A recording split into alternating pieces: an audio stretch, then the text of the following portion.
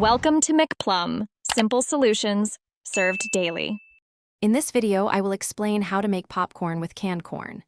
This easy guide will show you how to transform a simple can of corn into a delightful, crispy snack.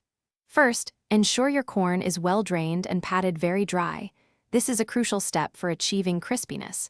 You will need 1 15-ounce can of whole kernel corn, 2 tablespoons of cooking oil, and any seasonings you love, like salt or paprika. Let's get cooking. Now, let's get that corn sizzling.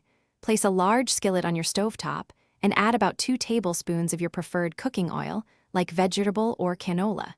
Heat it over medium-high heat until it shimmers.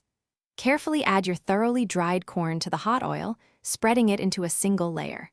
Cook for approximately 5 to 7 minutes, stirring every minute or so, until the kernels are beautifully golden brown and crispy. Once your corn is perfectly golden and crispy, remove the skillet from the heat. Carefully transfer the warm, crunchy kernels into a serving bowl. This is the best time to add your seasonings. Sprinkle about a half teaspoon of fine salt, or get creative with chili powder, garlic powder, or even a pinch of sugar for a sweet and savory treat. Your delicious, crispy corn is now ready to be enjoyed.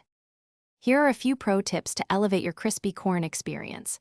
Always remember that drying the corn thoroughly is key to achieving that satisfying crunch. Feel free to experiment with different cooking oils. Coconut oil, for instance, can add a lovely subtle sweetness. For a smoky twist, try adding a 1/4 teaspoon of smoked paprika along with your salt. This versatile snack is perfect for movie nights or a quick afternoon treat. Enjoy your homemade crispy corn. Thanks for watching. Stay juicy and subscribe.